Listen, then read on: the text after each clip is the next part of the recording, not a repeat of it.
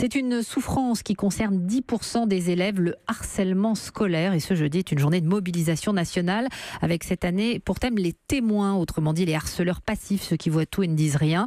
C'est aussi le sujet d'un film remarquable tourné par un ado de 16 ans. Il a engagé 2 copines comme comédiennes.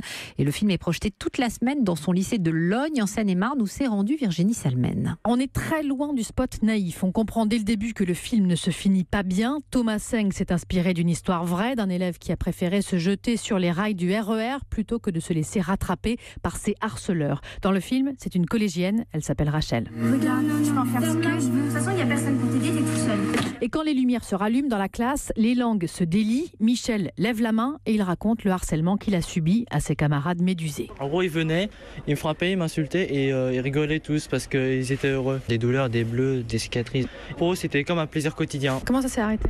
J'en ai parlé à la CPE et la semaine suivante, j'ai enfin pu aller au collège librement, normalement, sans avoir peur. Ce qui m'a fait un bien fou. Avec certains, je suis devenu ami et d'autres, non. Comment tu peux pardonner des gens qui t'ont fait du mal ? T'as pas envie d'avoir une vengeance, je sais pas. Moi, je leur en voudrais à mort.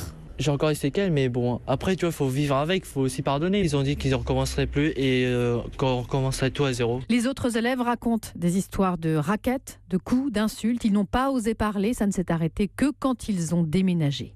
Virginie Salmen, spécialiste éducation d'Europe 1. Et pour retrouver le lien internet de ce film, rendez-vous sur Twitter, #Europe 1 Matin.